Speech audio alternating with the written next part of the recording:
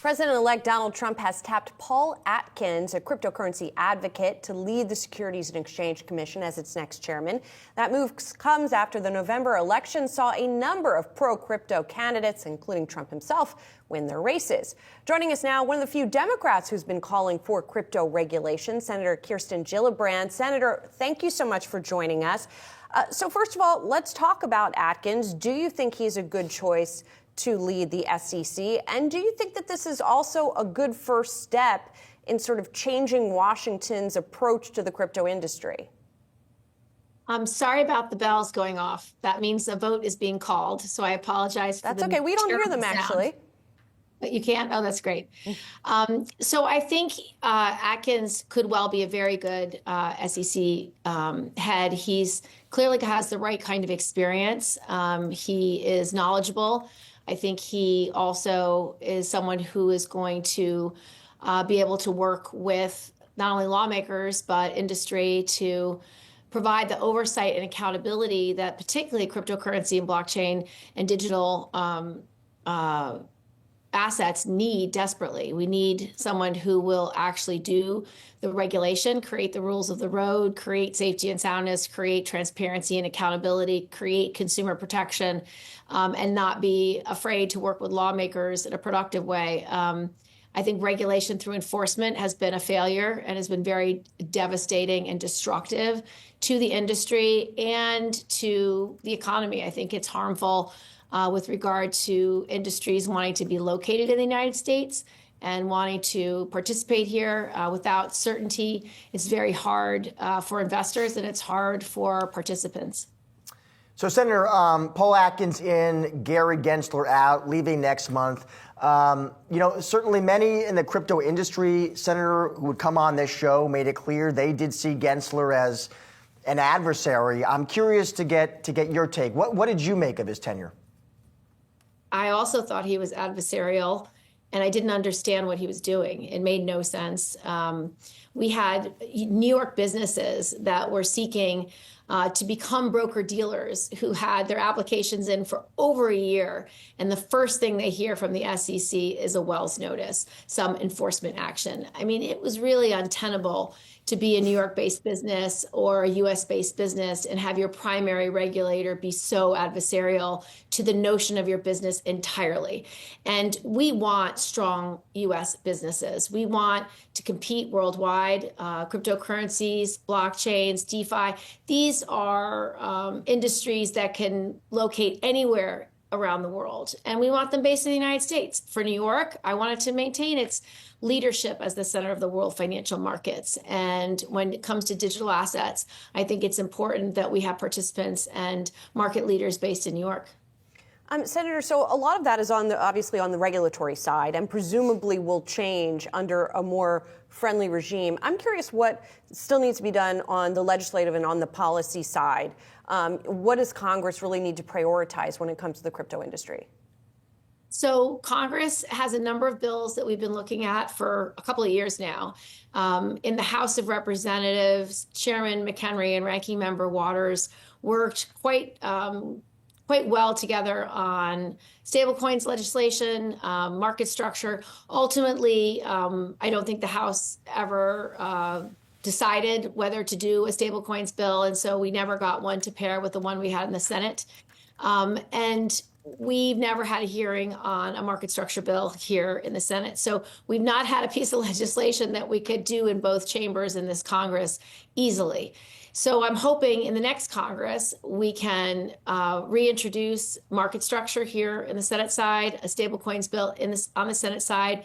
I hope that the House can start working again on those two pieces of legislation so that we can work together collaboratively on a bipartisan basis and a bicameral basis and actually pass meaningful legislation to create basic rules of the road.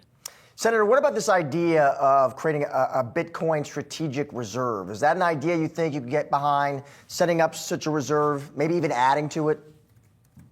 I don't know what the purpose of a Bitcoin central reserve is, and I haven't really seen the details of any idea about why you would do that and why that's important. I think it would have an obvious impact of supporting the Bitcoin industry. which in and of itself isn't good or bad. I just would want to know what the reason is.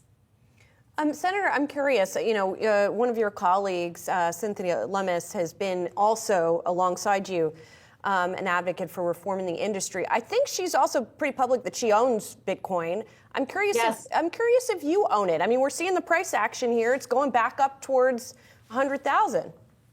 Well, I wish I'd bought a lot, maybe 9 years ago.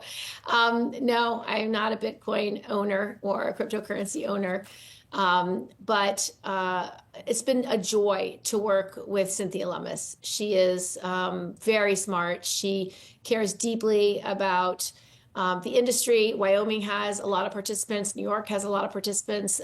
We also have a lot of founders in our states. And so we very much care about allowing an ecosystem to exist in the United States where these companies can thrive and have the appropriate level of oversight and accountability so that U.S. participants can be protected. Senator, I was impressed in the run-up to the election how many crypto traders, investors, analysts, strategists came on this show and really expressed their excitement about Trump moving back into the White House because they saw him as an ally. And I am curious whether you think your party, the Democrats, generally have more work to do to convince the crypto community that, you know what, Democrats can be an ally and a friend as well. Well, I am a Democratic leader in this space and among the top most knowledgeable people about this industry. So by my own actions, I am demonstrating that Democrats have leaders in this space and want to have the kind of regulation and regulatory framework that will protect U.S. consumers and allow the industry to thrive here. So I am that leader. And there are other Democrats in both the House and Senate that have been very focused on trying to do regulation. You can look at Debbie Stabenow. She was the chairwoman of the Agriculture Committee who authored her own legislation for commodities oversight and accountability and regulation. We also have Ron Wyden, the chairman, Democrat, of the Finance Committee, who has the jurisdiction over our market structure bill. So just there you have 3 senior leaders in the Democratic Party who are knowledgeable and eager to do the work. I think the real impediment is first perception, but second is a lot of people just don't have a deep knowledge base. And so this is a fairly complex new industry, and not everyone has taken the time to learn it. I've been urging my colleagues to do so. It's not that scary once you figure it out.